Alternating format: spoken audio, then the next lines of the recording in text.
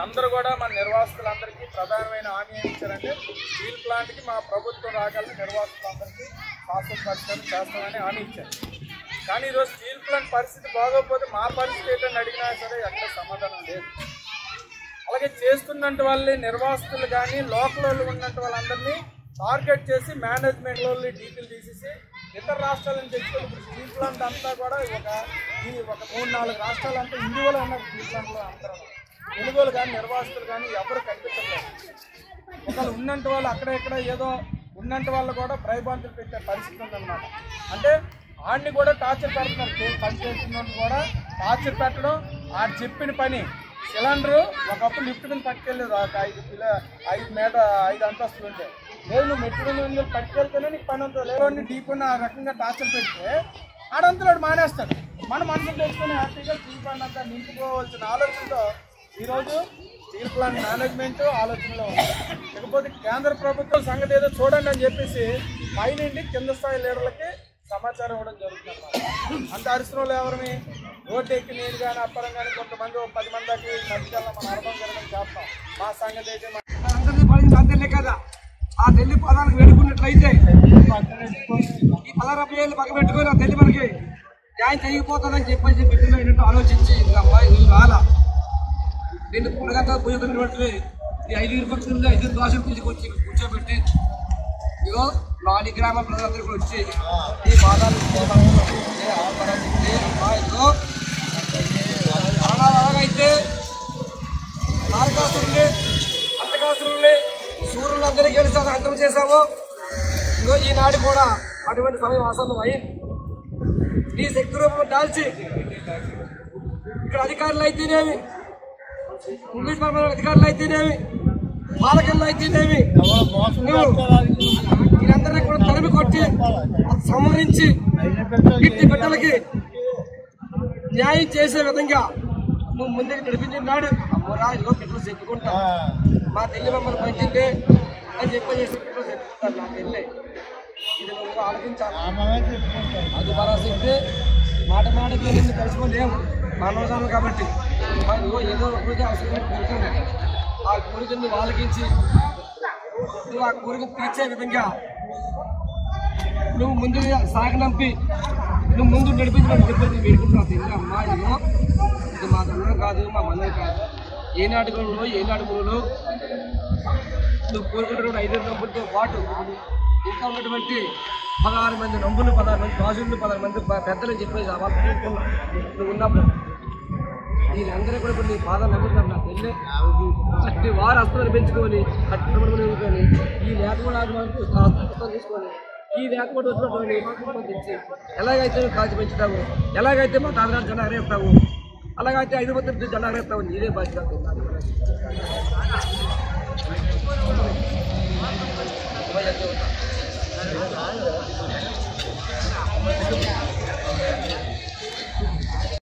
అందరికీ నమస్కారం అండి.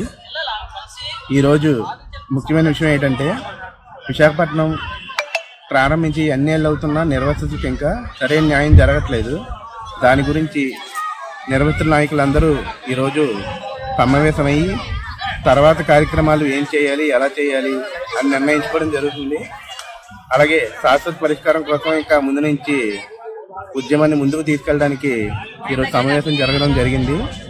ఇంకా ఈ ఉద్యమం గురించి ముందు ఏం జరుగుతుందో తెలుసుకోవడానికి మన నిర్వాసిత నాయకులందరూ మాట్లాడారు. ఇప్పుడు వారి మాటల్లో నెక్స్ట్ జరిగే కార్యక్రమాలన్నీ వింటారని కోరుతున్నాం. అందరూ నమస్కారం అండి. ఈరోజు నెహ్రూ పార్క్లో 64 గ్రామాల నుండి నిర్వాసితుల కాంట్రాక్ట్ లేబర్ యూనియన్ ఐక్య సంఘం ఆధ్వర్యంలో నిర్వాసితులందరికీ కూడా 1 టైం సెటిల్మెంట్ చేయాలని ఉద్దేశంతో ఈరోజు భవిష్యత్ కార్యాచరణ రూపొందించుకోవాలని నిర్వాసిత అన్ని గ్రామాల నుండి ఒక 120 మంది కమిటీని ఏర్పాటు చేసి భవిష్యత్తులో నిర్వాసితులు ప్రతి ఒక్కరికి కూడా ఈరోజు స్టీల్ ప్లాంట్ చూస్తున్నాం.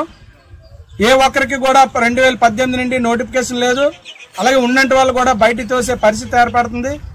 మరి రోజు రోజుకి కూడా స్టీల్ ప్లాంట్ ని ప్రైవేట్ వ్యక్తుల చేతిలోకి వెళ్ళిపోయే పరిస్థితి కనిపించింది. కాబట్టి ఈ దిశలో మరి గవర్నమెంట్ మా ఆర్కాట్లదారులందరికీ కూడా మరి ఇంకా 45 సంవత్సరాలైన ఇప్పటికీ శాశ్వత పరిష్కారం జరగలేదు. కాబట్టి అందుకని ప్రతి 6 నంబర్కి 1 ఎకరం భూమిగా వన్ టైం సెటిల్మెంట్ చేయాలనే ఉద్దేశంతో మేము ముందుకెళ్తున్నాం.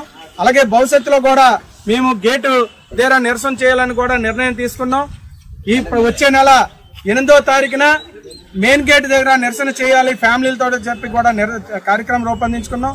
అదేవిధంగా సిటీలో కూడా ప్రెస్ మీట్ పెట్టి, అలాగే గ్రామాల్లో ఆటో ప్రచారాలు పెట్టి, పాంప్లెట్ గోడ పోస్టులు వేసి ప్రతి నిర్వాసితుడు ఆర్కార్డు ఉన్న ప్రతి ఒక్కరూ కూడా ఫ్యామిలీలతో ఈ యొక్క మెయిన్ గేట్ దగ్గర కూర్చొని నిరసన కార్యక్రమం చేసి ఈ రాష్ట్ర కేంద్ర ప్రభుత్వానికి దృష్టికి తీసుకెళ్లాలని చెప్పి నిర్ణయించాం.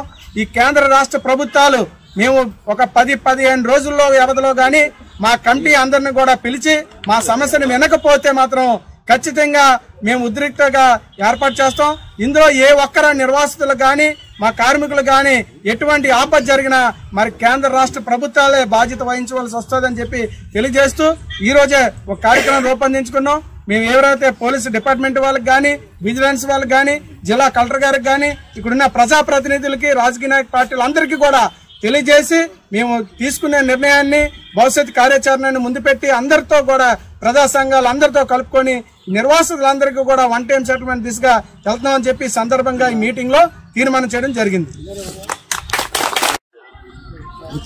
మిత్రులందరికీ ధన్యవాదాలు. మరి ఈ రోజు సమావేశం ఇంచుమించు ఒక 120 మందితో అగనంపూడు, వడ్లపూడు, గంగవరం, గంట్యాడ 4 కాలనీలకు సంబంధించినటువంటి ఏరియా కమిటీ సభ్యులతో ఒక కమిటీని, మెయిన్ కమిటీని ఏర్పాటు చేయడం జరిగింది ఐక్య సంఘానికి.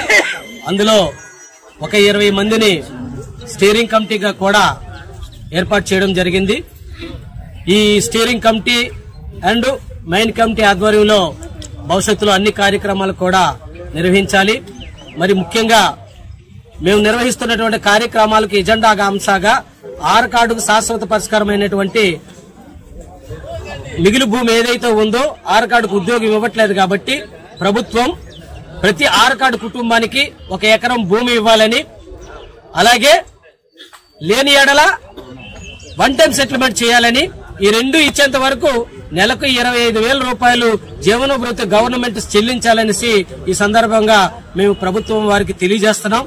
మరి ఇది చెల్లించిన ఎడల మేము భవిష్యత్తులో ఇప్పుడు మా మిత్రుడు 8వ తారీఖున జనవరి 8వ తారీఖున నిరసన కార్యక్రమం అనేది డిసెంబర్ 8వ తారీఖున నిరసన కార్యక్రమం చేయాలనుకుంటున్నాం కనుక ఆ నిరసన కార్యక్రమానికి మరి నిర్వాసిత ఆర్కార్డు కుటుంబాలన్నీ కూడా కుటుంబ సమేతంగా రావాలి.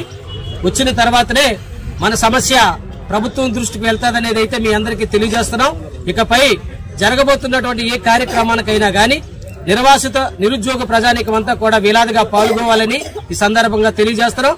గవర్నమెంట్ ఇప్పటికైనా గాని మా యందు దయతలచి మా సమస్యకు పరిష్కారం చూపాలి. ఆర్కార్డుకు మిగిలి భూమి పంపిణీ చేయాలి, లేని ఎడల వన్ టైం సెటిల్మెంట్ చేయాలి.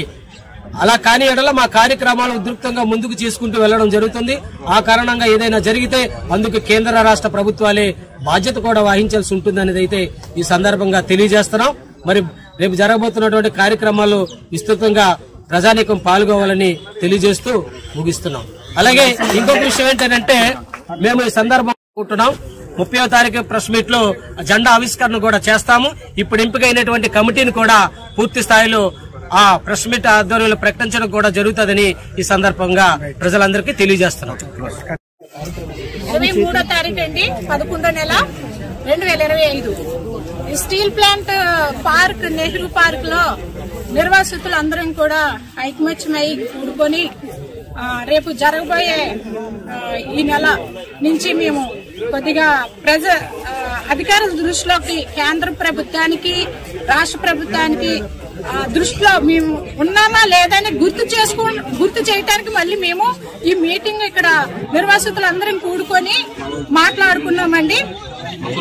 8వ తారీఖు నెక్స్ట్ నెల 8వ తారీఖున ప్రెస్ మీటింగ్ ఉంది. 30వ తారీఖున కూడా ధర్నా చేద్దాం అనుకుంటున్నాం మేము అంతను. ఎందుకంటే 64 గ్రామాలు తీసుకున్నారండి స్టీల్ ప్లాంట్. 26 ఎకరాలు తీసుకుందండి. 16,000 ఆర్కార్డులు ఇచ్చారండి. 8,000 మంది మాత్రమే ఇప్పుడు ఉద్యోగాలు చేస్తున్నారు. ఇంకా 8,000 మంది ఆర్కార్డులు ఉండిపోయండి. ఆ 8,000 మంది కూడా ఏంటంటే యూనియన్ గా వెళ్లి స్టీల్ ప్లాంట్ లో 20,000కి 15,000కి చేస్తున్నారండి కాంట్రాక్టుల దగ్గర. వాళ్ళకి కూడా తొలగించేశారండి ఈ మధ్య. అయితే కేంద్ర ప్రభుత్వానికి అసలు న్యాయం అనేది కనిపిస్తుందో లేదో తెలీదు. కళ్ళు మూసుకుంటున్నారా? ఎందుకంటే మేము గెలిపించింది ఎందుకు, మేము మమ్మల్ని ఎందుకంటే ఇక్కడ స్టీల్ ప్లాంట్ భూములు ఎందుకు ఇచ్చాము, మాకు ఉద్యోగం ఇస్తారు, మాకు దారి చూపిస్తారనే కదా. అప్పుడు మా తల్లిదండ్రులు చదువుకోలేదు కాబట్టి ఇంటికి 12 మంది సంతానము, 10 మంది సంతానము, 6, 8 మంది దాకా కన్నారు మా తల్లిదండ్రులు. మా ఇంట్లో చూసుకుంటే మాకు 6 ఆడపిల్లలు అండి, 2 మగ పిల్లలు. మా నాన్నగారు చనిపోయారు, 2 అన్నదమ్ములు చనిపోయారు. 3 ఆర్ కార్డులు, మాకు 5 ఆర్ కార్డులు ఇచ్చారు. అలాగే ఉన్నాయండి. ఇప్పుడు మేము తినడానికి తినలేక, కట్టుకోవడానికి పట్టలేక చాలా రోడ్ల మీద పడిపోతున్నారు. మాతో నిర్వాసితులందరూ కూడా రోడ్ల మీద పనులు చేసుకొని ఇల్లు లేక 107 గజాలు ఇచ్చారండి. ఆ 107 గజాలు కూడా పిల్లలు అప్పుడు మైనర్లు కాబట్టి అమ్మేసుకున్నారండి. అమ్మేసుకొని అద్దెలంటూ ఉంటున్నారు 2,000, 3,000. ఇప్పుడు చూసుకుంటే ఈ ప్రభుత్వంలో చూసుకుంటే ఇప్పుడు 5,000 కడితేనే కానీ ఎక్కడ రెంటలు దొరకట్లేదు. చాలా ఇబ్బంది పడుతున్నారు. రెంట్లే కట్టుకోవాలా, పిల్లల్లో చదివించుకోవాలా, తింటే తినాలా, ఎక్కడి నుంచి వస్తుంది? మా 8,000 మంది ఆర్ కార్డులు కూడా అలాగే మిగిలిపోయాయి. మరి మాకు అది కాదు. ఇప్పుడు దాకా మాకు చాలా ఎందుకంటే 45 సంవత్సరాలు అవుతుంది మా భూములు తీసుకొని. ఈ 45 సంవత్సరాలు కూడా న్యాయం జరుగుతుందని చూస్తున్నాం. ఈ ప్రభుత్వాలు వస్తున్నారు కానీ అన్ని ప్రభుత్వాలు, అన్ని అధికారులు, కాంగ్రెస్ కానీ, వైఎస్ఆర్సీపీ కానీ, టీడీపీ కానీ, కాంగ్రెస్ కానీ అన్ని వస్తున్నాయి కానీ మా బ్రతుకు మారట్లేదు. మా బ్రతుకులు మాత్రం అలాగే ఉన్నాయి. ఎక్కడ వేసిన గొంగలు అక్కడే ఉన్నట్టు అలాగే ఉంటుంది మా పరిస్థితి. ఇప్పటికైనా కేంద్ర ప్రభుత్వము, రాష్ట్ర ప్రభుత్వం కూడా, ఎందుకంటే రాష్ట్రంలో ఉన్న వాళ్ళందరూ కూడా నాయకులు కూడా కేంద్ర ప్రభుత్వానికి సపోర్ట్ చేశారు. వాళ్ళు పెట్టి రాష్ట్ర ప్రభుత్వం పెట్టే కదా మేము కూడా ఓట్లేసాము. రేపు కేంద్రము మమ్మల్ని గుర్తిస్తుంది, మాకు న్యాయం చేస్తుందనే కదా మేము చూస్తున్నాం. మీరు ప్రైవేట్ పనులు చేసేసి ప్రైవేట్ వాళ్ళకి కోట్ల కోళ్ళది అమ్మేసుకుంటే మా పరిస్థితులు ఏంటి? మా 8,000 ఆర్ కార్డులకు మీరు న్యాయం చేయండి. 1 సైడ్ సెటిల్మెంట్ చేయండి. ఎందుకంటే మాకు ఎకరం భూమి కావాలి. ఎందుకంటే ఇంకా చాలా భూమి మిగిలి ఉండిపోయింది కాబట్టి మాకు ఎకరం భూమి మీరు మాకు ఇచ్చి మాకు న్యాయం చేయండి. మీరు మా న్యాయం చేస్తారని ఇప్పుడైనా మేము ఆశిస్తున్నాము. అలా జరగకపోతే మాకు పిల్లలతో పాటు మేము అందరం కూడా రోడ్డుకి దేనికైనా తెగించడానికి సిద్ధంగా ఉన్నాము. మీరు మమ్మల్ని గుర్తించి మీరు మాకు న్యాయం చేస్తారని కేంద్ర ప్రభుత్వం, రాష్ట్ర ప్రభుత్వం ఆశిస్తున్నాం. మరిన్ని విశాఖ ఉక్కు RNL వార్తల కోసం మన వైజాగ్ స్టీల్ ఫ్యామిలీ యూట్యూబ్ ఛానల్లో సబ్స్క్రైబ్ అవ్వండి.